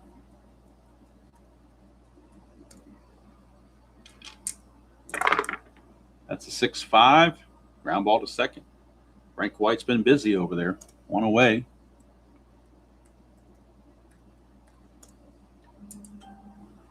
One down, and that's going to send up Kelly Gruber. 3-7 for Gruber, and that's a strikeout. That is strikeout number 4 for Danny Jackson. And that'll take us to Charlie Moore. 3-5 for Moore. That's a base on balls. That's the first walk issued by Jackson. Moore not going to go anywhere. And here's Willie Upshaw.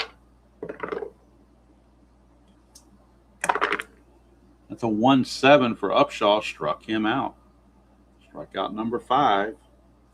So we go to the bottom of the 5th. Still 3-0. The home run from Bo Jackson has held up so far. It's the only runs of the game. And Cerruti back out. This will be the fatigue inning for Cerruti, inning number 5. So we'll keep an eye on that. Cerruti. That's a 1-9 for Beniquez, and that's a double 1-2. A single. Single 3-20. And that'll be a base hit for Beniquez to start the 5th. He's singled and doubled. Getting a rare start and taking advantage of it. Here's Seitzer. 112, and that's a Lomax plus injury, so we got a line-out double play. Lines it to Gruber at third. Gruber will catch Beniquez off the bag, 5-3 double play. And now we'll check for an injury on Seitzer to add injury to the insult of the double play. 1-6, he can stay in the game. 7-20, he's got to come out. He's got to come out. So not only did he line into a double play, but he's got to come out of the game. And the Royals will turn to who they turn to play here. I think they're going to have to move Bianca Lana to third and have they don't have any out. All their backups, most of them are outfielders. So what we're going to do, unless you move George Brett and but you need to lose the DH. So Bianca Lana can't play third, so they're going to have to lose the DH. They don't have any other choice. They got nobody else to play short. I don't think. Or no, anyway, they can use Beniquez. He can play third. So hold on here. Hold the phone. We can move Bianca Lana to, we can move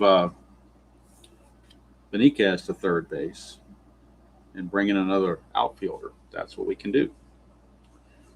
So Seitzer will have to leave the game. And the Royals will go to another outfielder. And they will bring on Willie Wilson to play center field. And they will move Jackson back to his normal left field spot. So Willie Wilson will play second base. Or play center field, rather. And hit in the number 2 slot. So Willie Wilson. He will be in center field starting in the 5th inning. And he will hit in the number 2 spot behind Beniquez. So we'll make those changes in the bottom of the, or the top of the 6th, rather.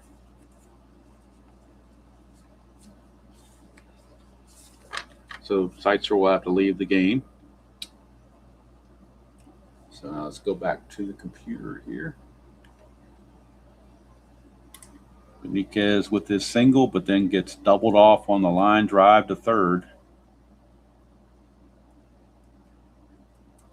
2 quick outs, and George Brett the batter. 1-4 for Brett. Oh, he just missed a home run. 1-4 is a ground ball to second. And that'll keep Cerruti in the game for the 6th inning. He will carry endurance into the 6th.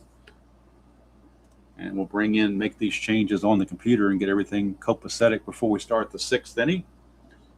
Go to the computer. Bring in Willie Wilson to play center field. We'll move Bo Jackson to left field. And we'll move Beniquez to third base. And in place of Seitzer will be Willie Wilson in center field. And that takes care of that. Now we're back in business. Manny Lee leads off the top of the 6th. This is the fatigue inning for Danny Jackson, inning number 6. 4-5, and that's a fly to center. 1 away. 1 down, and here comes Tony Fernandez. 3-12 against the lefty, and that's a Lomax plus injury. So now Tony Fernandez might be injured.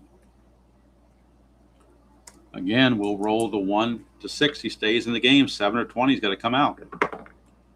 So Fernandez has to leave the game, and now Toronto will have to scramble a little bit. Manny Lee will move to shortstop. Garth Orge will take over at second base. That's the way they're going to have to do that. So I dropped some of my cards. So, with Fernandez leaving, we'll move Manny Lee to short and bring in Orge to play second base here. So, Orge will play second in the 6th inning. And Manny Lee will move from second to short due to the injury by Tony Fernandez. So that brings up Lloyd Mosby. 2 out spaces cleared. 2-10, and that's going to be a ground ball to short. And that will be fielded by Biancalana, to end the inning. So Danny Jackson will keep full endurance into the 7th inning. We'll have to go to the Strat computer and make these defensive changes.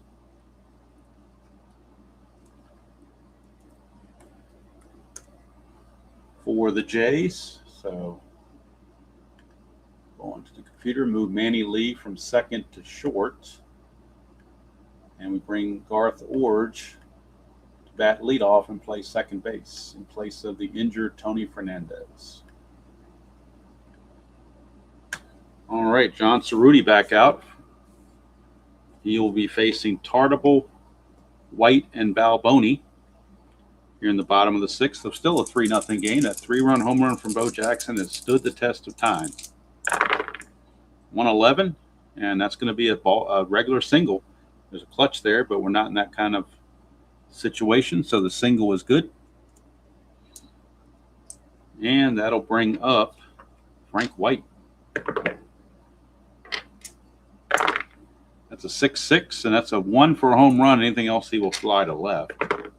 And a fly ball out there to George Bell.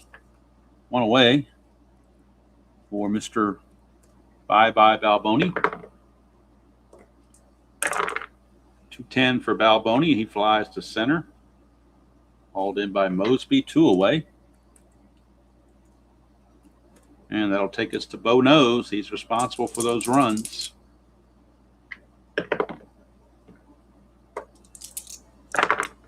(6-3) ground ball shortstop X. Of course, you bring in a new guy. You switch positions, bring in a new guy to play short, and he gets the ball hit to him on an X chance. It's just the way things work. Manny Lee is a 3E10 at short, so he's actually better at short than he is in second base. So he's an E10, 3E10. 3 and 18 is good. We'll check the E10. E10, he's got to avoid 16, 17, and 18. And he barely does, but he makes the play. And that'll take care of the Royals here in the 6th. So Cerruti will actually pitch into the 7th. We go to the 7th inning. Still 3-0 Kansas City. And the big boys coming up for the Blue Jays, Barfield, Bell, and Fielder to face Danny Jackson. Jackson still carrying full endurance. And Jackson has not given up a hit since giving up the single to Fernandez to lead the ball game off. He's not given up a hit since. Only 1 base runner, a walk by Charlie Moore. So he has been really impressive in this outing. 6-2. It's a ground ball back to Danny Jackson, 1 away. So really an impressive start here for Danny Jackson as he's looking for win number 9. George Bell, 3-6 against the lefty, and that's a 13 single. 14-20 lines out, and that is a single for George Bell. Second hit of the game for the Blue Jays. Took them 7 innings to get their second hit. And now here's Fielder. 5-4, and that's a fly ball center field X. That's Willie Wilson. He's a 1, so we know he's going to get to it. We're checking the E17. We'll roll here just to make sure it's not the runner can't tag up. He cannot. 1 and a 2 is an F2. Let's see here. He's an E1, so the only chance for an error is a 17. And there's no error there. There's a rare play, but I don't know if that's going to cause anything. F2 rare play. Let's see. Is there anything about that? If there's a run on third base, there's no run on third, so there's no appeal play or any of that stuff. It's just a fly to center. 2 down. For Kelly Gruber.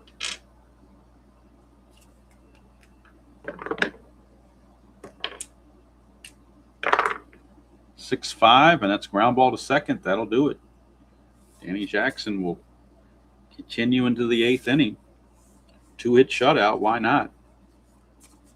They do have Steve Farr that can close the game out if it gets to that. Right now, they're trying to stick with Jackson as much as they can.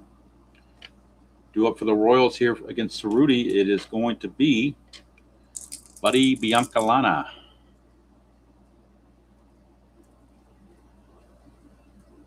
Oh, we are at the 7th inning stretch. Didn't even notice that, but hey, when you do a doubleheader, you just keep rolling on the 7th inning stretch. Here's Biancalana. 111. He's going to line it to second base, and Garth Orge makes the play. 1 down for Larry Owen, catcher. 3-7, and that's going to be a strikeout. Out number 2. Cerruti that's only his 2nd strikeout of the game. Back to the top of the order, and Juan Beniquez. Don't forget tomorrow for your Friday. It is going to be the Tigers and the Mariners from Seattle. Jeff Robinson for the Tigers, Mike Moore for the Mariners. The more the merrier, or more the mariner. I don't know. There's a pun in there somewhere, but I just lost it. Here's Beniquez, 3-12. Fly to center, and that's going to do it. So Cerruti's going to go 7 innings for sure. I think we're going to cap him at the 7 innings.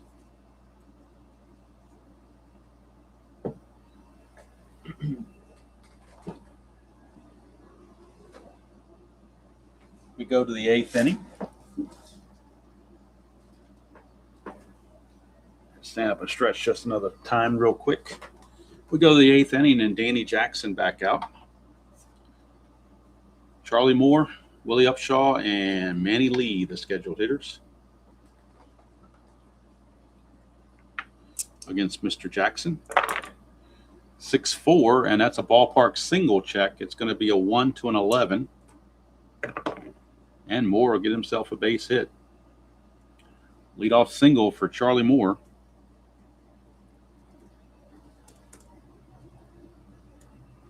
Taking us to Willie Upshaw. 5-5, struck him out. Danny Jackson, strikeout number 6. And Upshaw's got the hat trick. He struck out all 3 times. To bring up Manny Lee.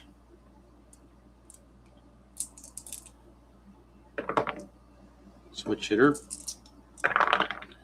2-11 for Lee. He flies to center, 2 down. For Garth Orge, his first at bat. For Mr. Orge, since coming in for the injured Fernandez. Orge hitting 149 on the replay. No homers, 14 driven in. He at 210 real world. 4-9, and that's going to be a walk. That will bring the tying run to the plate in Lloyd Mosby.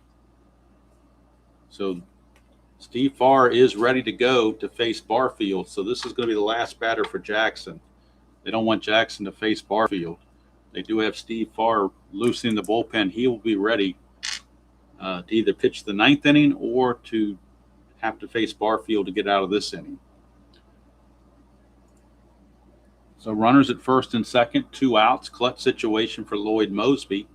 In the clutch, he loses a hit on a 3-9. 3-7, however, is another walk, and that's going to be it for Danny Jackson. He's going to leave the game, as it looks like he's just run out of gas. Jackson will leave, and they will turn to Steve Farr. Right-handed reliever Steve Farr. Farr is a +5 hold, which makes him a +4. So Danny Jackson is going to go 7 2/3. He is going to give up just 3 hits, no runs, but he's responsible for everybody on base. And let's see, he walked 3 and struck out. Looks like he struck out 6, if I'm totaling that correctly.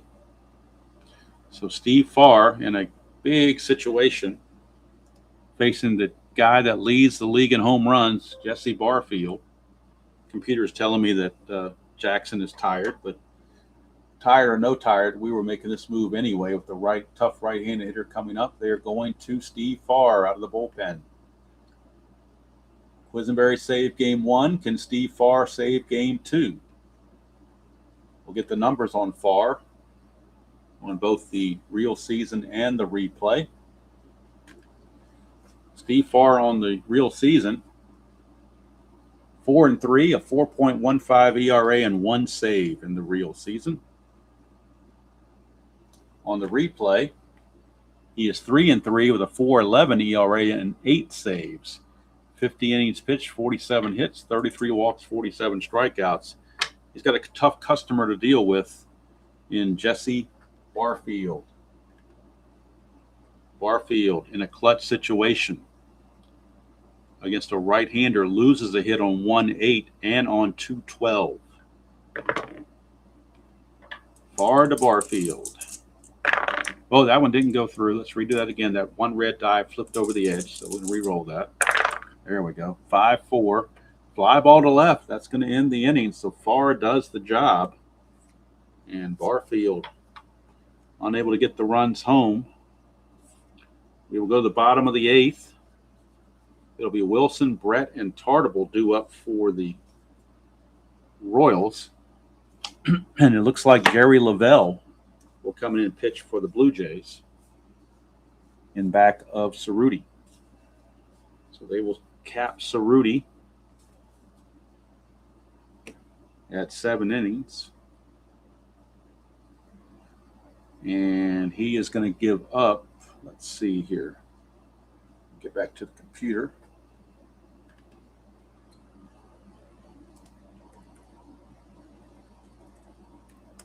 So Rudy is going to give up 6 hits in the 3 runs. Of course, the 3-run home run from Bo Jackson, the big one. He walked 3, striking out 2. But now Gary Lavelle, the lefty, is going to come on to face a switch-hitting Wilson and a lefty Brett. So Gary Lavelle coming on. He's a +1 hold, which makes him a +3. So Gary Lavelle on to face Willie Wilson here to start the bottom of the 8th inning of a 3-0 ball game. The 3-run home run from Bo Jackson has stood the test of time this entire game.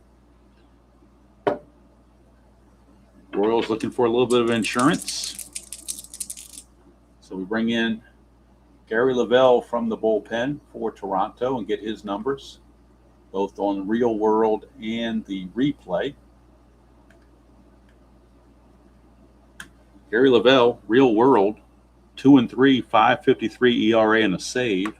On the replay, he's vultured some wins. He's 4-0, no saves, but an ERA of 6.59, 14 innings pitched, 16 hits, 12 walks, 11 strikeouts. That's a 1-5, and that's a ground ball to short, where Manny Lee makes the play, 1 away. And that'll send up George Brett. 3-7 for Brett, struck him out. 2 outs for Danny Tartable. 5-10, and that's a ground ball third base X. We're looking at Gruber. He's a 3 E24. 3-17 is good. E24 as a third baseman. And E24, he has to avoid 9, 12, 15, and 18. And a 5, that's a rare play. This is a not so rare play. It's just an out. And Lavelle goes 1, 2, 3 in his work with a strikeout. If it goes to the bottom of the ninth, they will bring in another pitcher, if they're fortunate enough to send it to the bottom of the ninth. But meanwhile, Steve Farr, who got that out with the bases loaded, comes in and try to go for the save here in the top of the ninth. And he'll be dealing with George Bell, Cecil Fielder, and Kelly Gruber. Those are the scheduled hitters.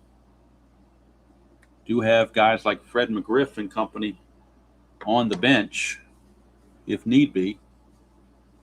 They do have Fred McGriff, Rick Leach, Rance Mullenix, several guys there that could pinch hit if the need arose. Right now, though, George Bell is going to lead things off against Steve Farr. 1-6, and that's a home run 1-13, double 14-20, and that's gone. George Bell leads off the ninth with a solo home run. That is his 27th home run of the replay. He had 49 of them real world. RBI number 72. But it's a solo home run, so it's not going to hurt him too bad. It's just 3-1. And now here's Cecil Fielder. Fielder is 0 for 3. The Blue Jays are going to go to the bench. They want a left-handed hitter out there. They need guys that can get on base. So they're going to Rance Mullenix. Pinch hit. Because they just need guys that can get on base. And Mullenix has a much better average than Cecil Fielder. Plus, he's left-handed. Plus, Fielder is 0 for 3 on the day, so he hasn't really done anything. So Rance Mullenix gets the call. Pinch hit for Fielder against Steve Farr. That's a 6-6 for Mullenix against Farr, and that's a 1-8 triple. 9-20 is a single. And that's a single for Rance Mullenix. Mullenix was already hitting 359 coming into this game. He has improved on that right now. And here's Kelly Gruber. He is the tying run at the plate.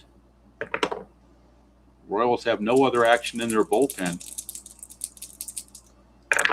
It's Farr or bust, apparently. 6-8.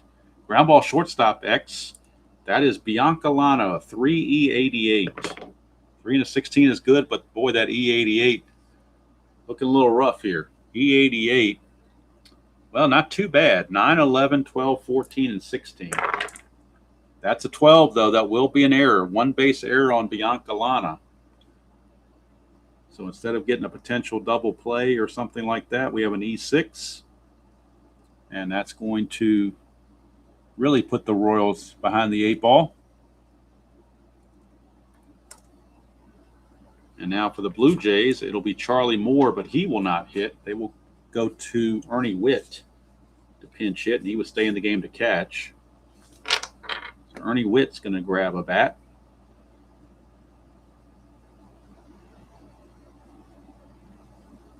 Now the Royal bullpen is starting to stir a bit. Jerry Don Gleaton, the lefty, is back up again. He only faced one batter in game 1, so he's certainly available for game 2. Right now, we bring in a pinch hitter for Charlie Moore, and it is the other catcher, Ernie Witt, the regular catcher, Ernie Witt. That leaves Fred McGriff and Rick Leach on the bench for the Blue Jays. Witt hitting 257 on the replay, 7 homers, 27 driven in. He at 269 real world. Farr to Witt. 2-4, and that's a strikeout.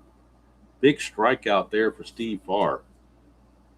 That'll bring up Willie Upshaw. To 2, possible balk or pass ball. We're looking at a possible balk on Farr. Let's get the computer and see what his balk number is.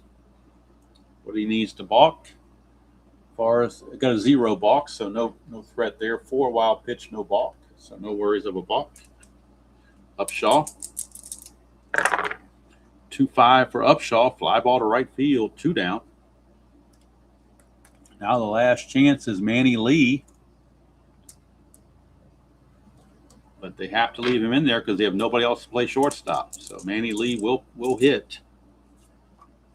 It is a clutch situation. And Manny Lee is neutral. Actually loses a hit, 2-7 in the clutch.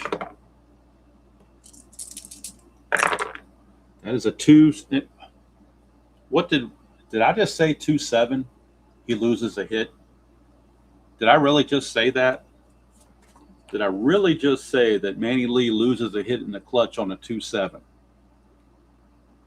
What are the chances? 1 in 36, right? If I'm doing my math right, there you go. 2-7. Instead of a base hit, it's a pop up to the second baseman, and the ball game is over. And the Royals sweep the series from the Blue Jays. Jays get a run in the 9th, but that's all they get. Big anti-clutch out there for Steve Farr. He will get the save. Goes an inning and a third. Gives up 2 hits and a run. No walks and 1 strikeout. Winning pitcher Danny Jackson, he's 9-3. Loser Cerruti is 5-4. And we'll get the numbers on the box score to finish things out. So a big disappointment for the Blue Jays as they drop a full game behind Milwaukee now after getting swept. And also Milwaukee beating California, so they actually drop a game and a half to California.